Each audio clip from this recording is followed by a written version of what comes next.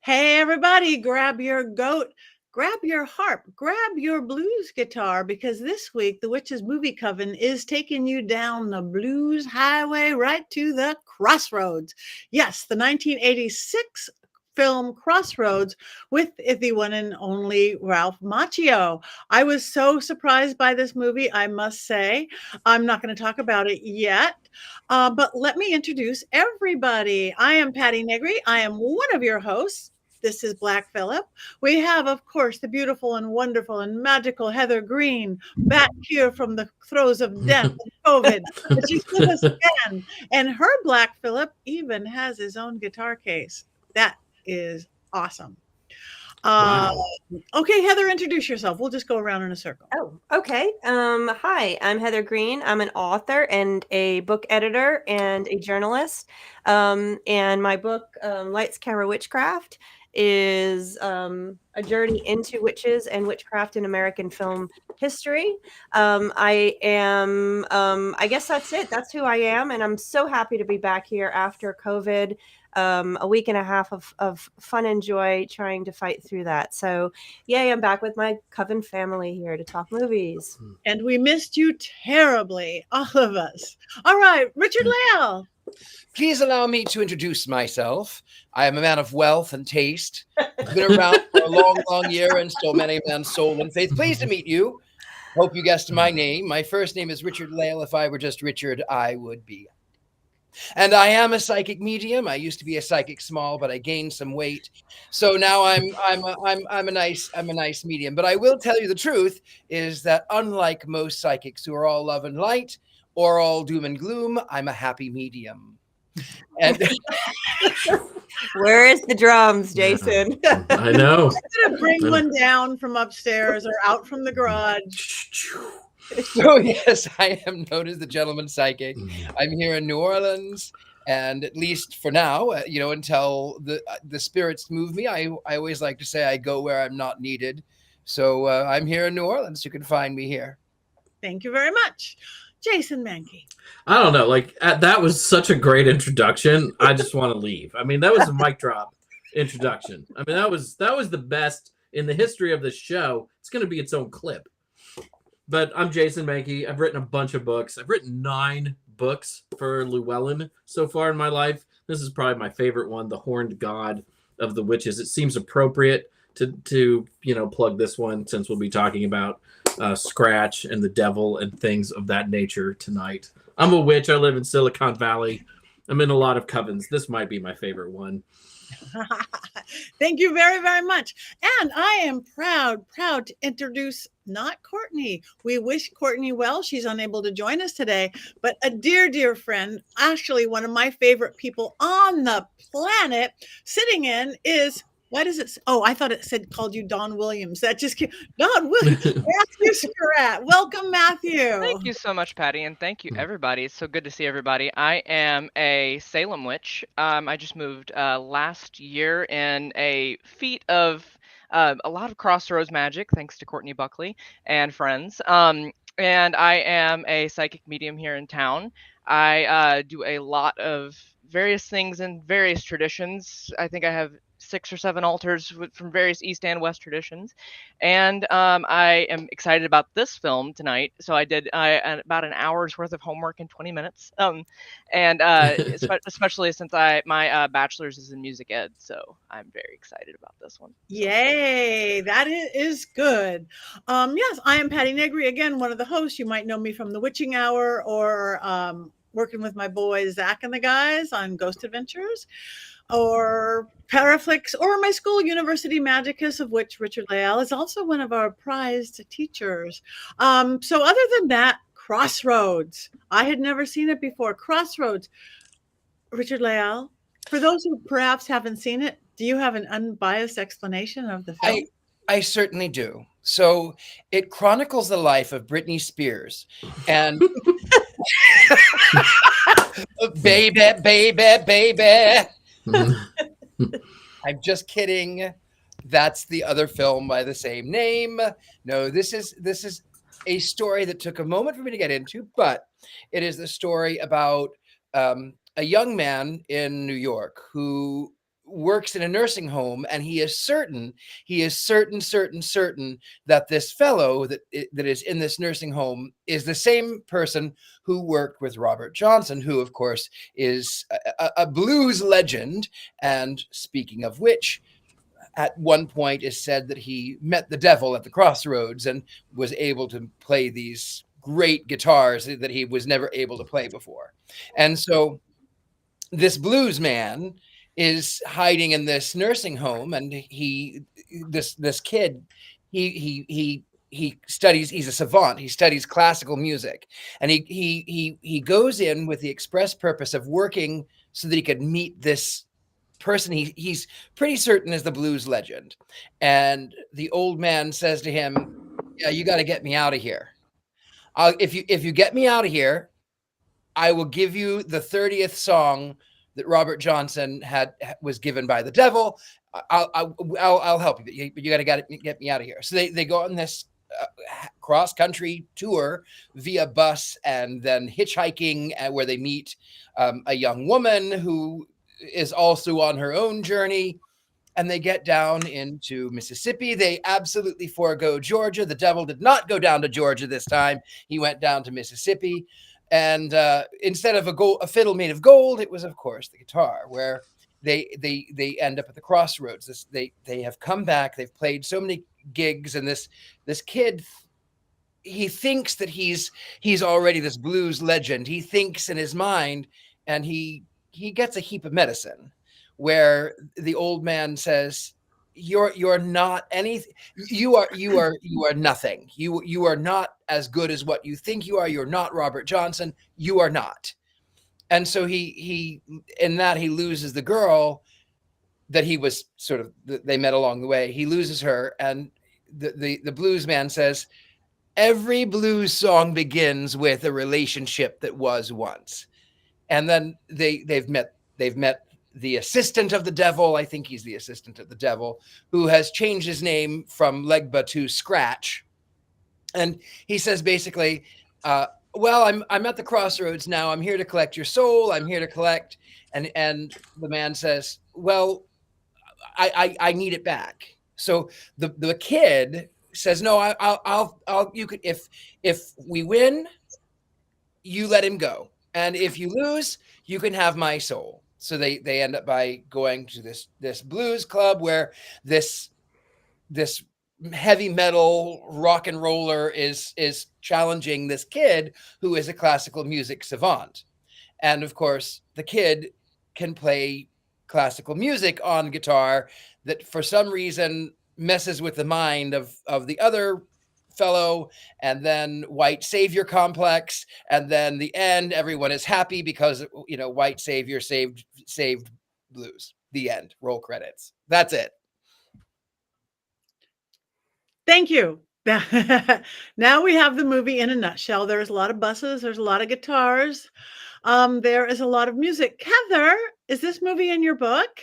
It is not. And why? Because it is not a witch movie. As it does have the mythology and the legend of Robert Johnson, and the classic magic of Crossroads, which I'm sure we can get into of what that means, and because that appears in a lot of cultures. It's not a witch film, so it was not in my book. So I'm going to put this in a little bit of context for everybody first, and give you some spicy things to think about, which I always do. And when I always say there's a lot to talk about with this film. Of course, in every film I can find a lot to talk about. So let me get started with the period of time we're in, which is what I like to do first. This is 1986, okay? Mid 1980s. Now, when we talk about the 80s, we talk about Satanic Panic. However, this is before Hollywood really caught on to the Satanic Panic was going. It started already in our culture and our society, but it wasn't until the late 90s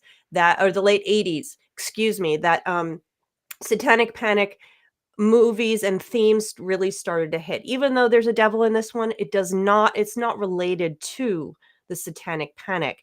And this film is more situated. This is the reason for this film. It fits into a different trends in Hollywood at the time, and that's not one of them. One of the trends is this is more or less a Ralph Macchio film. This was 2 years after the come on, guys. All of a sudden I went blank. Karate Kid. Karate Kid. Thank you. My mind just went shoot blank. This is more or less a I'm taking away your Gen X remake card, of that movie, I'm gonna say, but I will get into that. This is sort of like, instead of karate instead of karate, we have blues in place of it. It's a vehicle for Ralph Macchio. That's one trend. We also have the popularity of films that present young boys going on a journey. A learning journey. It's a male coming of age story, akin to a lot of stuff we see in witchcraft films with girls. This is the male version. A lot of that was happening in the early 80s, especially when you had elder gentlemen helping them out. So you have a lot of that going on in sword and sorcery films. Gremlins is another. You see this kind of story happening over and over in the early to mid 80s. And witchcraft and magic and the devil and all this stuff is sort of a secondary ancillary things that happen woven within those here and there. Whether it's sword and sorcery films and you have a wizard or some kind of evil witch, or you have the devil, they're not prominent. It's not the major part of it. And you can see in this story, the story is really downplays that aspect of it, which, I'll give my opinion of that later because I have a lot of opinions on how this film played out. But you also have a trend during this period of time of films that have major white characters with black secondary characters, and you have that experience going on. This was sort of reactionary to the 70s, and I actually have some. I actually had to read. My go-to book on this topic is Donald Bogle. He's a phenomenal academic in film, and he talks a lot about the representation of Black figures, people of color, and Black culture in American film. And so I went to him and confirmed, and he had similar things to say. This was the trend then, for better or for worse. Sometimes it's for worse, sometimes it's for better. There's a double-edged sword with that. So it's another trend that this fits into as well. So there's a bunch of different trends. This is not a film that came out of the Satanic Panic. It's not a witchcraft film. However, we can always enjoy talking about magic and the Crossroads at any point. I'm sure everybody here has something to say about that. So that's the context. That's the academic stuff. And I will give more on that when I get to my time to give my very... for my opinion, let's leave it at that. Yeah. Heather has thoughts. Jason, I always have thoughts, Jason. So in a different life, I used to do a lot of music workshops like Led Zeppelin and the occult, heavy metal and the occult. And when I did Led Zeppelin and the occult, I began with Robert Johnson. And I think that there's a reason this movie came out specifically in 1986. And why Robert Johnson was kind of in the zeitgeist at that moment. Mm-hmm. So in 1982, you have a book come out called Hammer of the Gods by a writer named Stephen Davis, who is a rock biographer. And it's a Led Zeppelin biography. But he opens it with the story of Robert Johnson selling his soul at the Crossroads.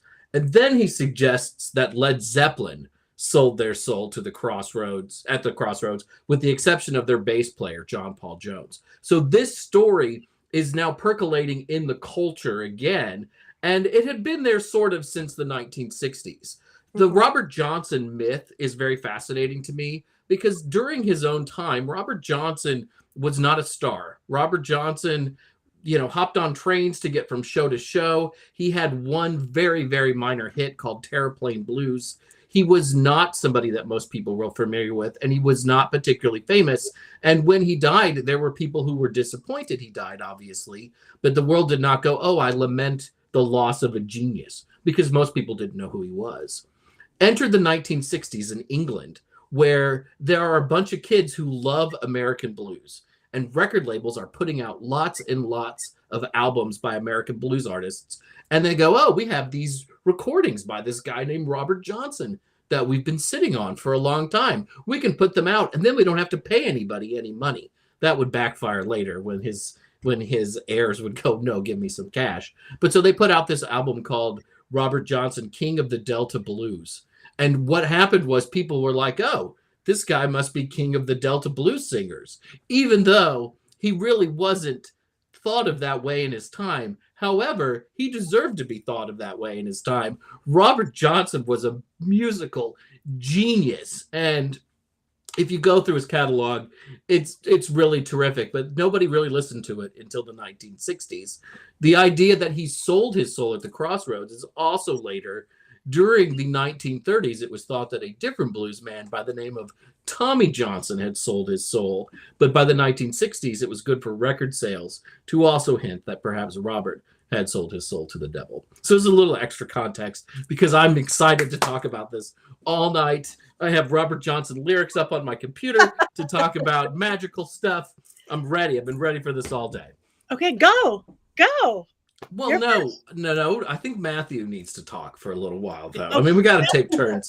I need a breath after that soliloquy. You know, anyways. I actually saw a lot of crossover with my sort of like my own magical experience. Has a lot of Crossroads magic in it. And it's very interesting because during my degree, we studied a lot of that era, and we would even have like specific whole entire units of just that era of music. And I found a lot of sort of like sort of interesting crossover between the themes of trauma, especially trauma of sort of like sort of disparaged people and sort of especially in sort of colonized situations, and back when there was the post-slave trade and still coming out of Jim Crow and everything, and that whole sort of like blues era leading from I'll say like even even I think even the 20s, to be honest, even the 20s after Prohibition, you know, we were just getting out of the Industrial Revolution, and all of the kind of like wild change that was going on there. I do a lot of work, especially within my own like divination and magic and stuff like that, of like divining, okay, what is the truth of this situation and what is the, you know, a lot of magic based off of need.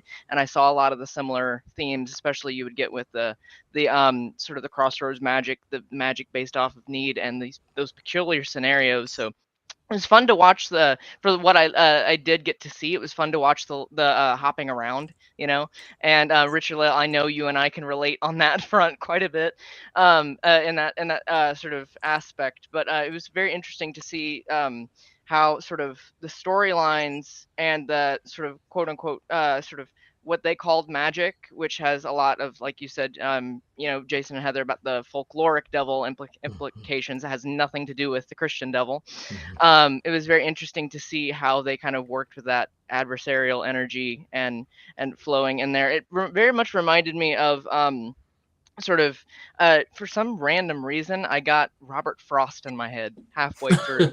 You know, the two roads diverged, you know, because I kept thinking, because I've, especially working in Salem, and there's like a lot of positive things and everybody works in their different vein, but I've seen you know, Hecate is very popular, right? The Crossroads magic, but you always see the three-way crossroads. And then I looked up at my Legba Veve right by my door, and I was like, there are not always three, right? And it was kind of sort of hitting me on that kind of aspect. So just seeing the sort of overall sort of fit of where needs-based magic, especially when you're in peculiar like scenarios where a lot of them didn't even necessarily call themselves witches, which is I'm sort of appreciative you pointed that out, Heather, as not being a witch film, because I know a lot of people that especially intermingled the Christian or Catholic beliefs within hoodoo and voodoo, would not always call themselves a witch, you know, and some of them would be sort of not so happy if people did at the same time. So overall, I think it was very interesting for what I saw, and I'm eager to see the last 20 minutes and not skim through it. So Thank you, Richard-Lael. I have a story about Old Scratch. So in this film, the devil changes his name from Legba to Scratch, and Scratch is, of course, another name for the devil. Now, way back, 1,000 years ago, when I was still a Christian and I was in church, and I was going to be an actor. I just knew it. Like I knew it, right? So in the Christmas play, it was the story about a bunch of street kids on Christmas Eve who have lost the spirit of Christmas. And then this angelic, sort of punky, plucky kid comes in, and the only name he gives is Scratch. And in the end, he has sort of made all of these kids understand the power and the meaning of Christmas. And they go, where did he go? He's gone. He's invisible. And Scratch was standing there in the midst of them the entire time. And I played Old Scratch. And I wonder who wrote that play and didn't know that Scratch was the devil? Who did that?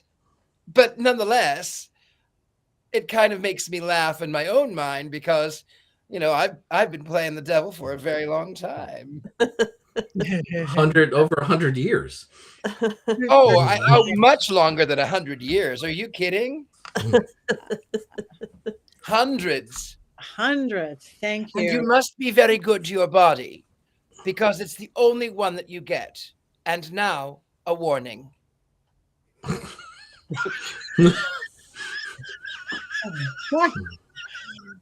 All right. I'm just going to jump in because the music. I had so much fun with the music. My husband, who's a drummer, he's a jazz drummer, but when we first met, he was all blues. I would go listen to him blues clubs. He gave up blues because there is no money in blues. There's money in jazz because you could do weddings and corporate events and anniversaries, but there's no money in blues. But the music was amazing. Does Ralph Macchio, did he really play? Yes, No. he did. No, he did not. I I read that he took guitar lessons so it would look like he was playing, but he never got good enough to really play most of it. Rob says he played a tick. Yeah, he did. I read that he did. He was having lessons, and a lot of it he was playing, and then some of it was dubbed. The same way that he took karate lessons. Well, Right.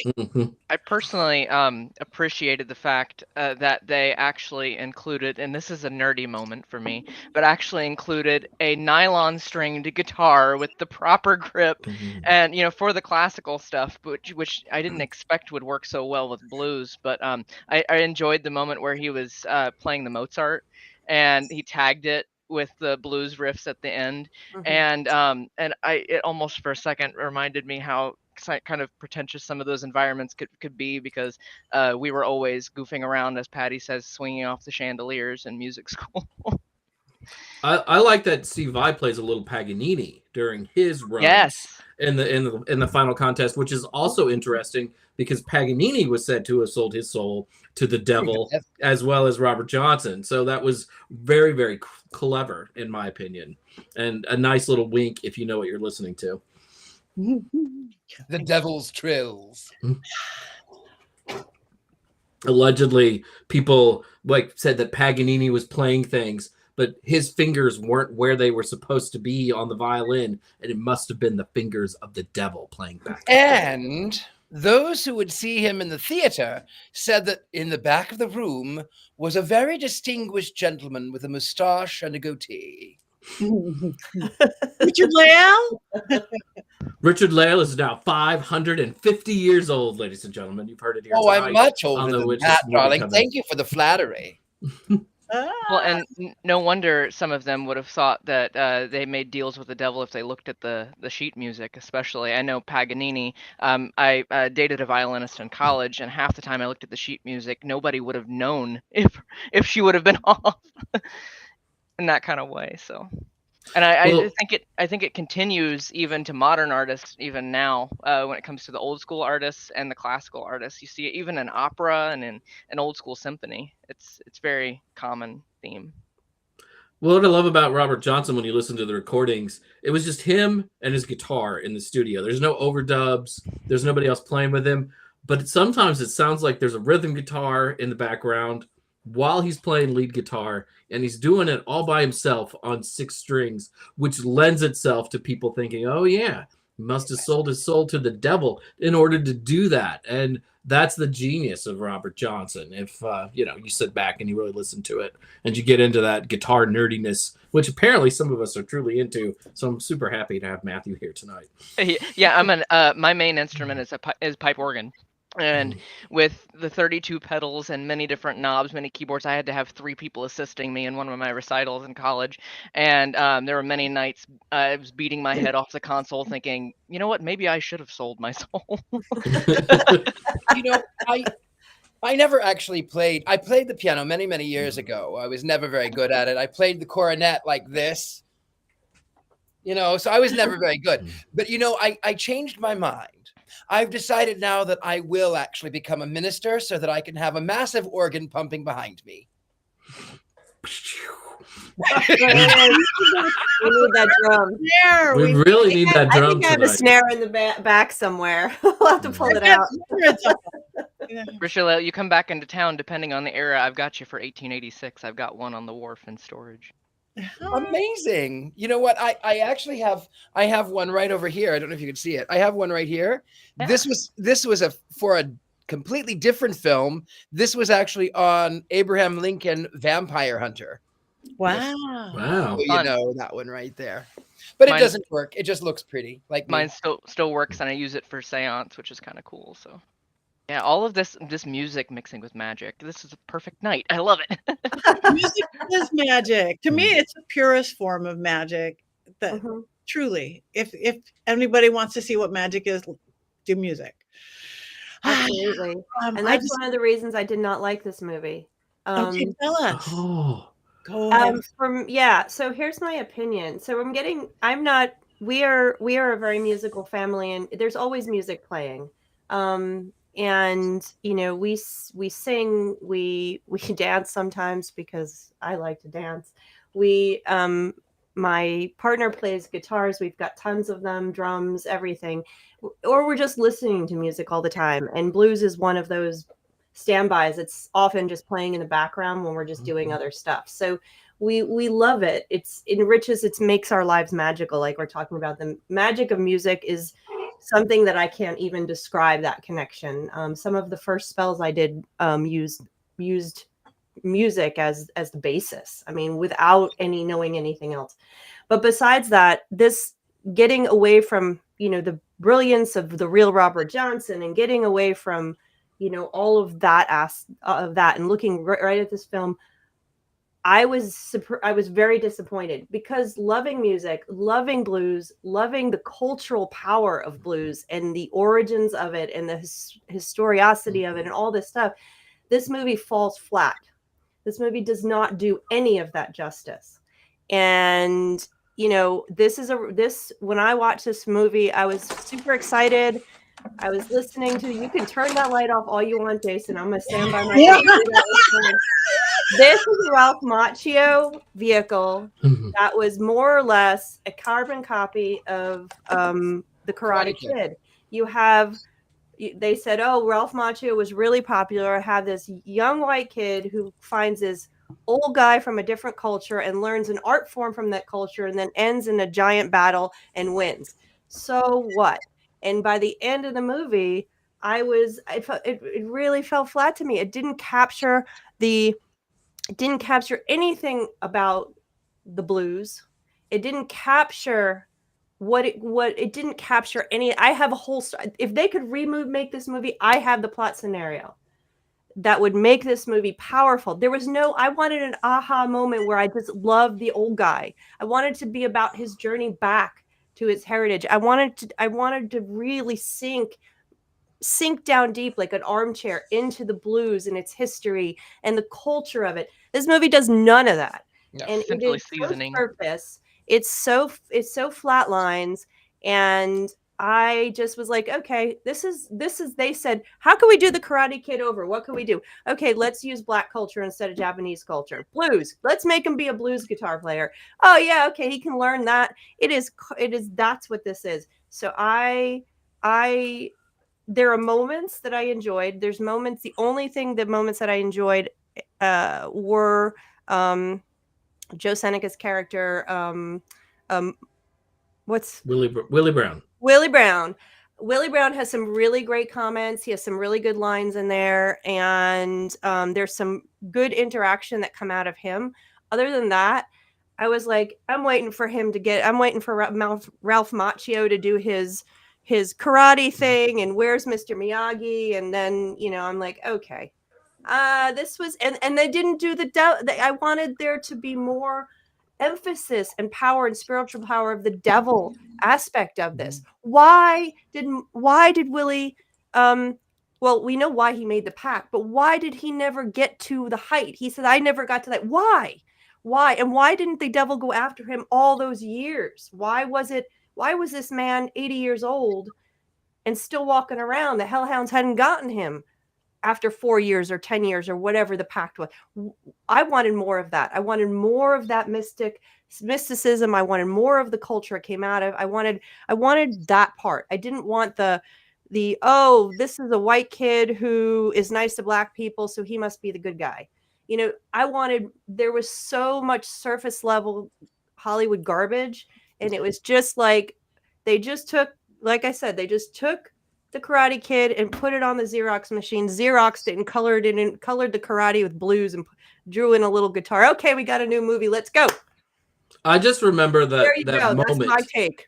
There was that moment where Willie Brown I'm turning my light off in. on you, Jason. After Eugene hurts his slide guitar finger, Willie Brown walks in and he does this. And then he cures his finger just like Mr. Miyagi did in The Karate Kid.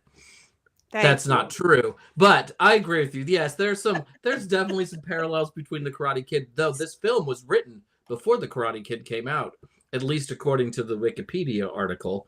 Though perhaps it was massaged to fill in and to be more like The Karate Kid.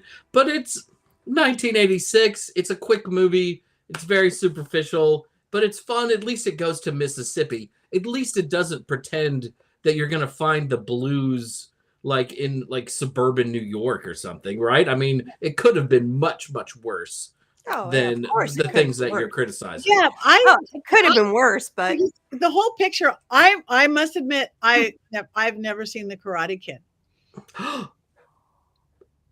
I have never seen The Karate Kid. Oh yeah, if I could reach my light, I'd turn that off too. Patty, I'll save you time. If you want to watch The Karate Kid, just think about this movie, and that's it. Okay. But again, and yes, I love blues. I love music. Ralph Macchio. Again, I thought this movie had enough weird differences to it. Maybe there's formulaic stuff, and maybe it was like Karate Kid, of which I didn't see. But I got to appreciate their relationships enough. And I'm a witch. I work Crossroads. I do. Not that they pushed on the magic beyond a little mojo back, but of course he wanted his money back. He didn't get famous, so he wants his money back. That makes sense to me. I think you're being harsh. Oh, that's fine. I'm with Heather, and I think that Willie Howard did try to join the 27 Club, and he did. He joined the 27 Club. Whatever that, however, what is that? 20, 40, 60. Whatever. He reached it several times over. I also didn't like it. I thought it was very superficial. I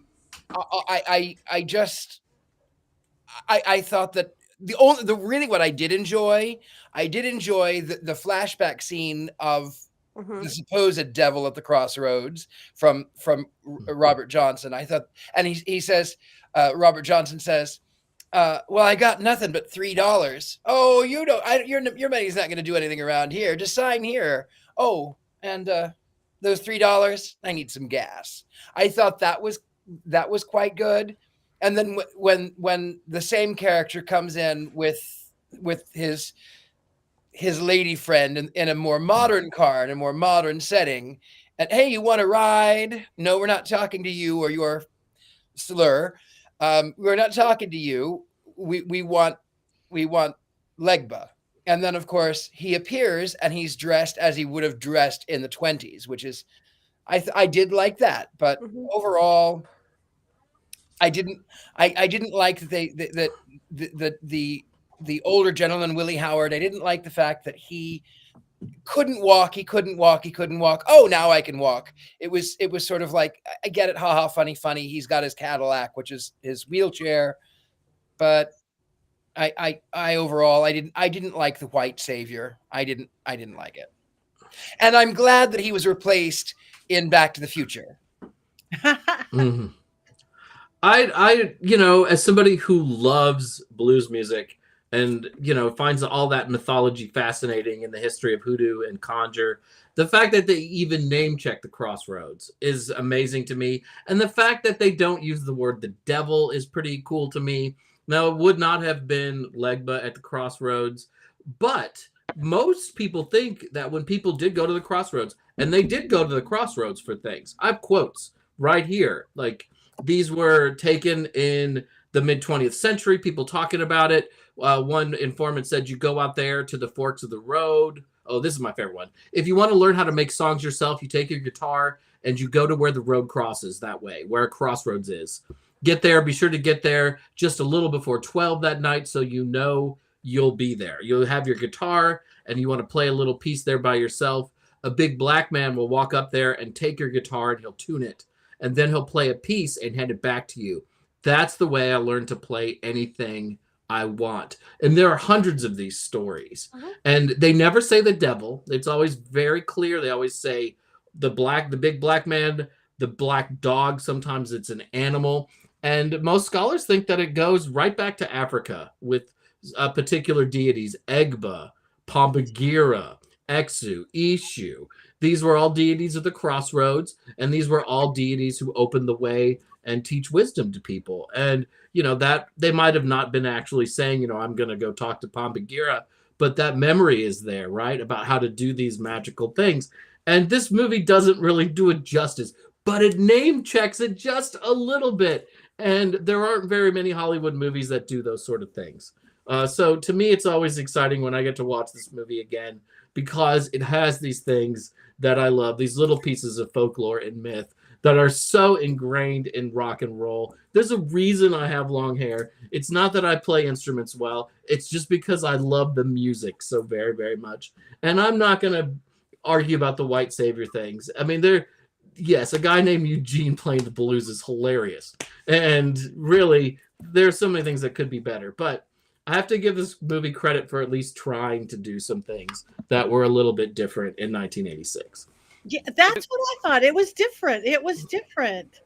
Again, yes, everything everybody's saying is true, but it put enough of these different things together. If you're just want to watch a movie for a good time, not for the cultural significance of it or anything like that necessarily, I didn't fall asleep. It was good. I like it. Jason, I will say I do agree with you there. Heather, I do agree with you. I would call it, when it comes to that backstory for what I did scrub through, I would call it seasoning for the movie, the magic aspect, or the Crossroads magic aspect and the flashbacks.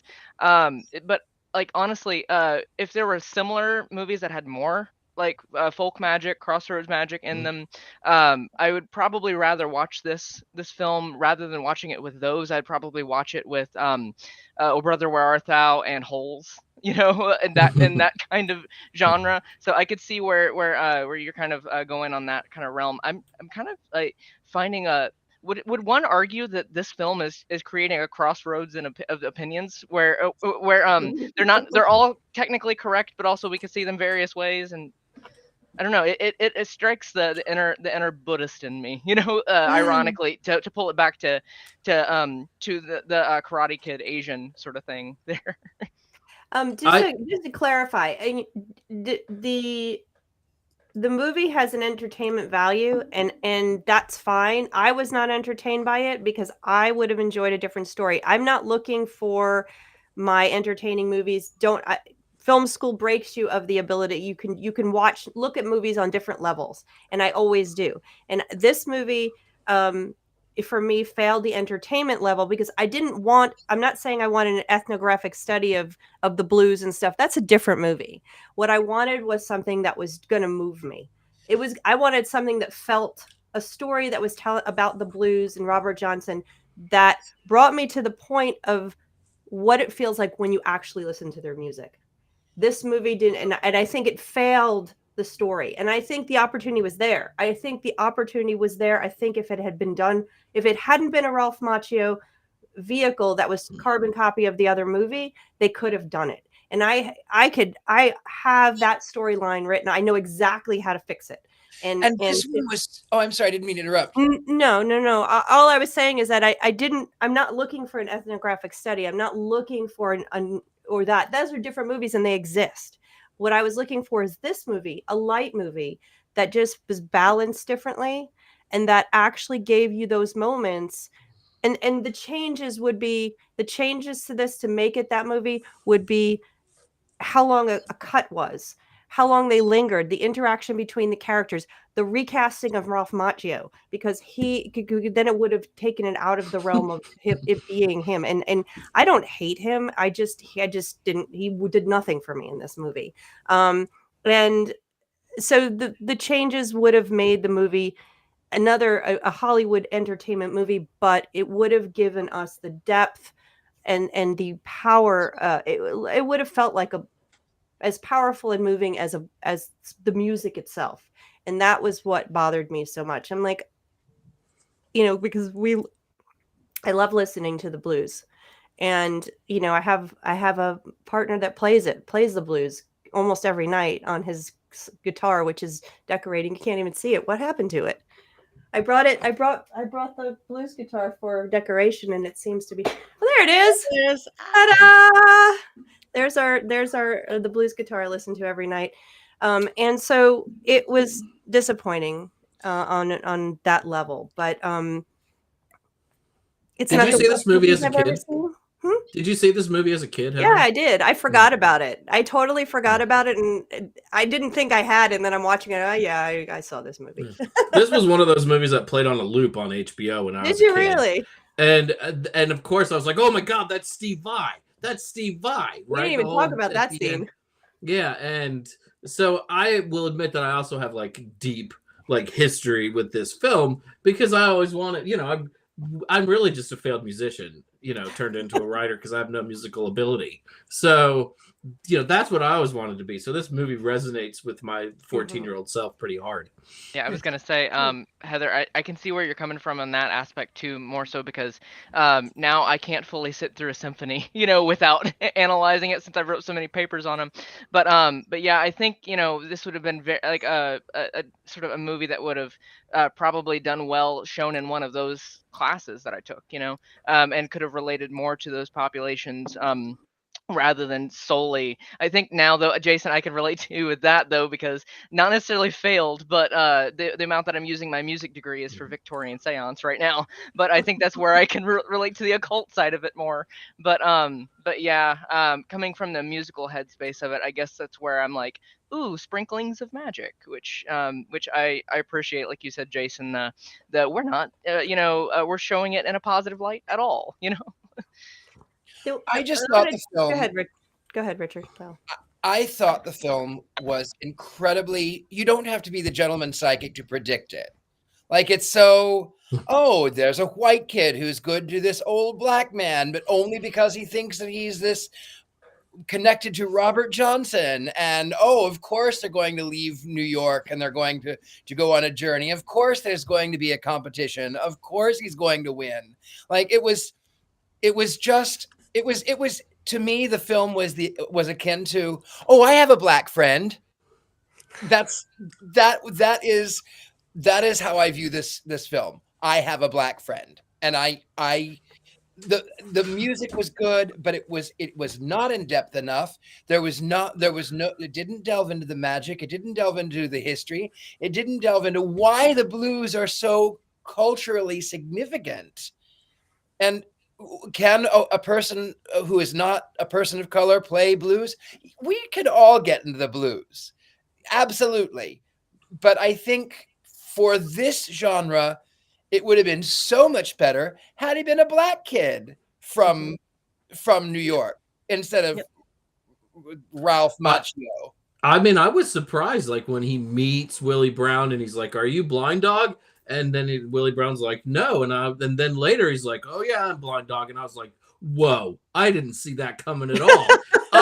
I just can't believe this guy lied to Ralph Macchio right now. I mean, and the whole movie is like that. When Jamie Gertz shows up, I'm like, there's no way she's going to hook up with Ralph Macchio's character. And then they're in the hayloft. I mean, who saw that coming? I mean, nobody. Mm-mm. I'm just shocked. And then they win that final guitar battle? Against another Whoa. white guy. Against another white guy. That's problematic right there. Though, I mean, I understand why they chose like a hairband looking guy given the time of the film. 86. Yeah, that's actually, if you do research on this film, that's the scene that everybody loves, is the guitar battle. The rest of it nobody talks about. So it's got that going for it, I guess, is the epic guitar battle at the end, which that's where the devil actually is interesting to went down watch. Georgia. But yeah, it is. Quite, it totally yeah. is. It's like But not the devil fully, went down no. to Georgia, played out. It's like Yep. they said, okay, what can we add into this? There's that song. Let's reenact that. So it's pretty much what you get is the devil went down to Mississippi. Yeah. Mhm, I have mhm. I have to say off context, but not off content. I did a movie years ago. It was a documentary. It's called "Sell Your Soul to Satan," and it was a documentary about who was willing to sell their soul to the devil in change for fame or fortune. Over 500 people came to the audition. The guy who got picked out was a white kid, Kai Blackwood, from a pseudo popular band called Tokyo Death Squad at the time. The whole thing, him drawing his blood, real parchment, goatskin parchment, everything. He went through with working with a Satanist, working a demonologist, working with all this stuff. And I was doing seances for it and trying to talk to everybody who supposedly sold their soul to the devil, from Solomon to everybody to Robert Johnson. Robert Johnson did not show up in the film. I'm just saying, he did not show up in the film. Weak sauce. Yeah, it sucks. But we went through the ritual, and just really quick, it was one of the craziest things I've ever experienced. We drove way out into the desert. We were like probably a grain silo, a perfect circle, but we did the full moon from here to here. You had to climb into it. There was no doors. And the stuff that happened as he was getting ready to make, I mean, a lot of blood. He wasn't doing, let's do it. It sounded like World War planes coming, all the protection candles started going out except for one, and that was the one of the one cameraman whose wife was this born again Christian who was in the limo and wouldn't get out of the limo. It's like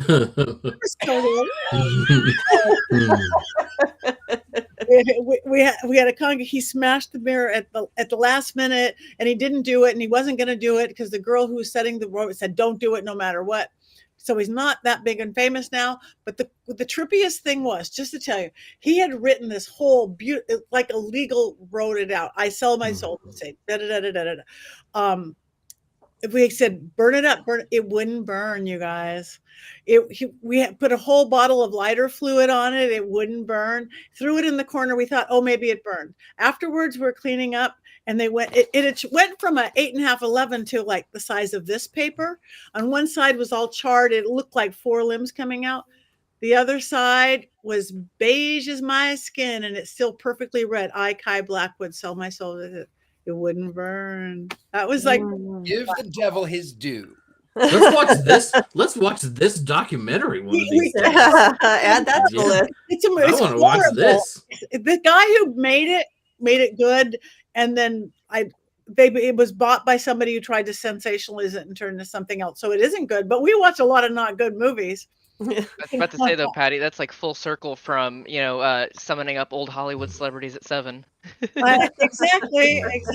But so he's like, looking at this thing. What do I do with it? And the cultist girl's like, keep it safe. Yeah, it would not.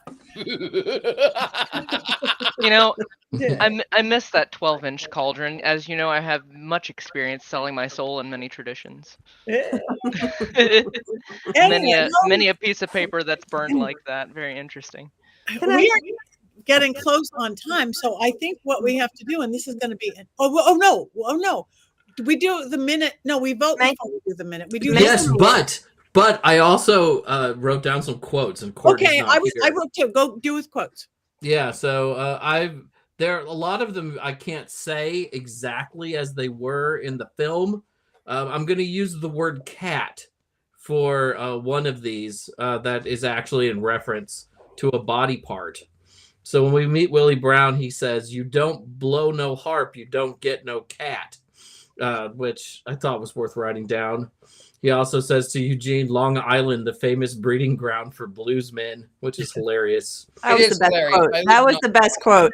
Yeah. Just one more white boy ripping off our music, which I liked. Willie also says, "I've been married 4 times, wore all of them out." And then the girl character, who we really haven't talked about because she just kind of comes into the movie and then runs away pretty quickly. She goes, "I don't see too many signs of puberty on you, boy," which I thought was really funny. And "Ain't so blind, you can't see my blind ass going out the window." So in honor of Courtney Buckley, those are some quotes. Yay, Courtney! Yay! Jason, earlier didn't you? There was one moment that I kind of laughed at. Didn't you earlier mention that they were kind of like scrounging? They were talking about not having enough money for something, especially. I thought it was kind of funny when Ralph's character went up to the bar and the shot was $1, and I said, "In what world?" Even for '86, like, come on. Well, they are in Mississippi. Oh yeah, there you go. Yeah. And it is 1986. It's probably moonshine made in the still in the back or in a Probably. bathtub. Yeah. Wow. All right. On that note, it is time to wands up, wands down.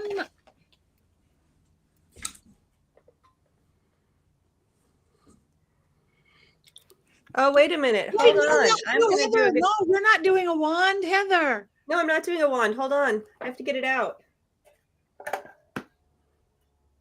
Wands, guitar down. Guitar down. That is the cutest thing. That makes your vote worth 2 just because it's guitar. It's a vote with strings attached. It does. That is so cute. It's like just the perfect size for Black Phillip. It is. That's his guitar. Look at him go. He's gonna Yeah. play some- Wands up, baby. Go Wands blue. up, horns up. Okay. Woo! All right. I am wands up.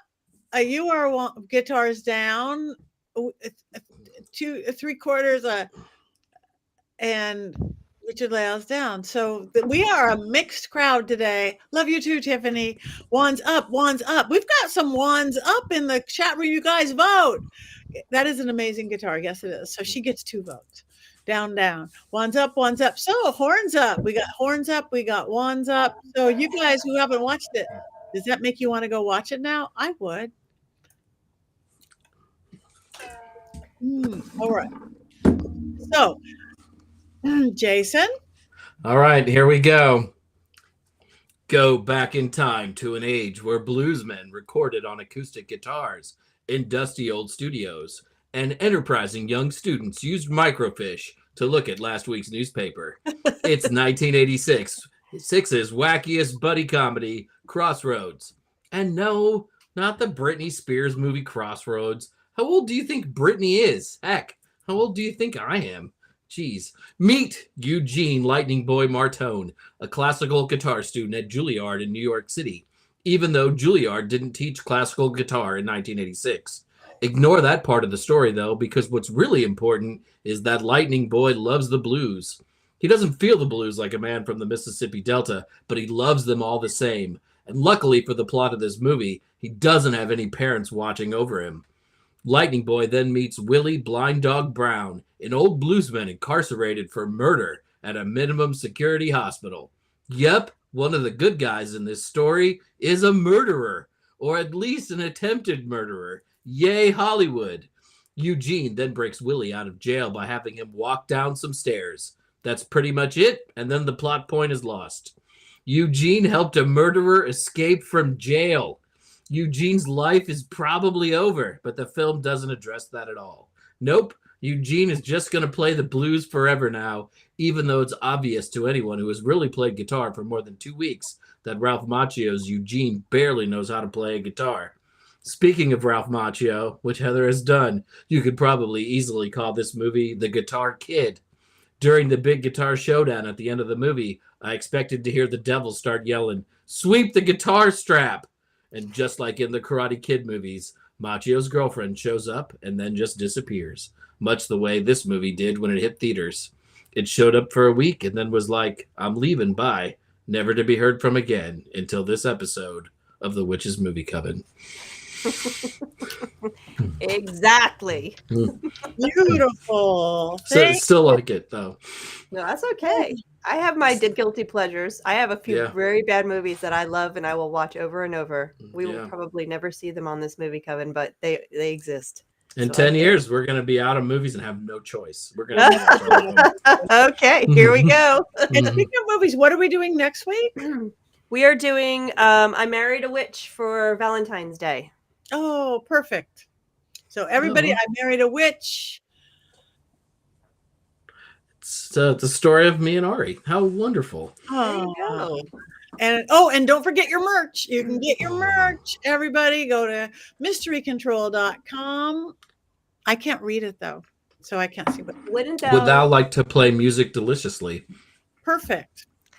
Can I jump in and plug a Crossroads book in case anyone's interested in learning more about the devil and the Crossroads?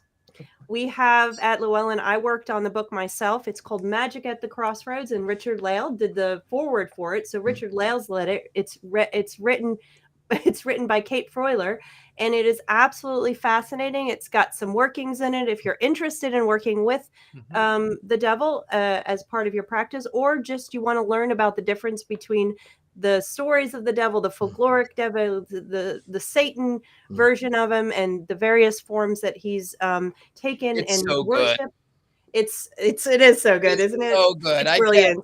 It's so good. Yeah. So just as a side note about this particular movie, if you're interested more about learning about the lore, and it's coming out in August, it's already up for pre-sale. It's called Magic at the Crossroads. Thank you. Thank you very much. How are we doing on time? Oh, we're good. Anybody have anything coming up that they want to tell everybody about, where they can see you, where they can find you? I have my lunch coming up after watching tonight's movie, but that's You guys harsh. Well, I guess since I'm up there, yeah. So you can find me at University Magicus. I am there. I'm here at the Gentleman Psychic. That's anywhere online. If you message me on Instagram or on Facebook, it's better because there's too many things out there, and none of them are me. Also, I have 200,000 emails sitting in my Crossroads. I mean, my inbox. It's the Crossroads that I never cross. Anyway, I'm everywhere. The Gentleman Psychic. Thank you very much, Heather. I am going to be at Paginicon Travel Wise. That's in Minneapolis in March and end of March, mid-March, and then Mystic South in Atlanta. And I urge everybody to go. We have tickets are on sale, and the applications are open for presenting there. And of course, the cheaper tickets are still on sale. That's in Atlanta in July. I'll be there, and I'll be at Charles in September. But we can talk about that as that gets closer. So far, that's all I've got. Thank you, Jason. In 2 weeks, I will be in Michigan for Convocation, one of the largest pagan gatherings in the Midwest. And I used to live in Michigan, so it's always like going home, and I cannot wait. It's a new location for them. I'll also be at Pagonicon, which is great. The festival I was going to go to in Florida got canceled over the weekend, so disregard this. And I will be at Sacred Space in Baltimore, Maryland, coming up. The sad part about the Convocation trip is I will be traveling during our show, so I'm going to miss a show. So, but I might record the minute just to be nice. I think you should. That'd be great. Yeah. That would be good because we can't live without it anymore. And Matthew, beautiful job joining us. Well, thank you. Yeah. Where they can find you. So I am always doing readings here in Salem, both psychic mediumship and various other things through pentagramsalem.com. And right now I am crocheting through a bunch of Beltane Lily of the Valley charms, getting them out, and bluebells to come. I'm currently 100 pages into my second occult poetry book, so that is rolling and amidst all the crazy, and we'll see how that goes. Many a late night, and then I will be visiting the LA area next week. So Patti, I will be gracing your presence for the Los Angeles Vampire Ball, which I am very excited to sort of experience for my first time, and excited to get hopefully get a stone in my ankh from our lovely producer. I know. I don't have a stone in my unk. I've been doing this for not a decade. I know, right? But we will. That is awesome. So, all right, thank you, and you guys like him, follow him. I've got Vampire Ball next week, so you guys join us. Come to LA and join us, and then right after that, I'm going to be in Vegas doing a whole little witchy weekend, the first weekend in March. Right in Las Vegas that first weekend, and then I'm going to be in Arizona, Old Globe Paracon. And then we're going to Romania. So put on your fangs and join Father Sebastian and myself in Romania. Tons of stuff. I just booked tons of stuff. So go to my website, Patti Negri, just like Richard-Lael, probably just like Matthew, probably all of us. We have imposters out there. So find us legitimately. And this is us. This is us. So it is 7:00. Do we cackle? Do we do the blues? Let us cackle. Yeah, let's not do the blues. That's going to be terrible. We will cackle. As compared to our fabulous cackle. 1, 2, 3.